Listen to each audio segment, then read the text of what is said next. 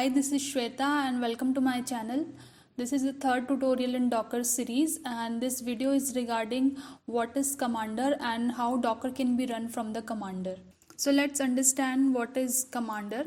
So it's a pre-configured software package that provides you with an awesome terminal emulator. Commander is a software package created out of pure frustration over the absence of nice console emulators on Windows.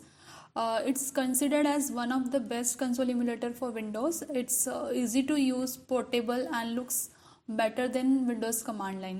For downloading Commander, we have to open site commander.net and from here download the full version of Commander. Click on the download full, and when the download is complete you will get the zip version. I have already downloaded it and extracted it. So this is the unzipped folder where you can see there is an exe file. When you double click on this exe file, Commander terminal will be open, and you can see it looks much better than Windows command line with more settings. Now for running Docker from Commander, you need to execute few commands. So first one is docker machine ls. So it's returning our default virtual machine with its all details. Now I will execute docker version. So let's see, it's returning client and server, but sometimes it fails to return our docker client because we are running Docker on virtual machine, not on Windows directly.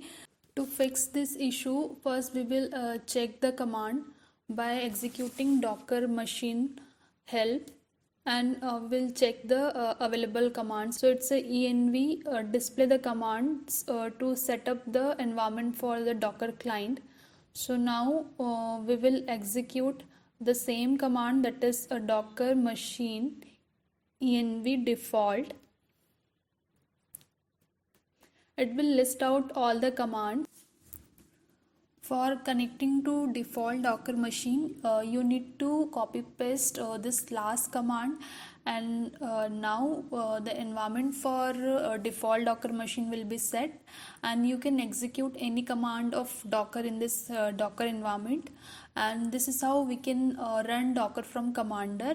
And even in my upcoming lectures I will be using Commander for all the demos. So that's all for this video. In upcoming videos I will cover Docker container and important commands.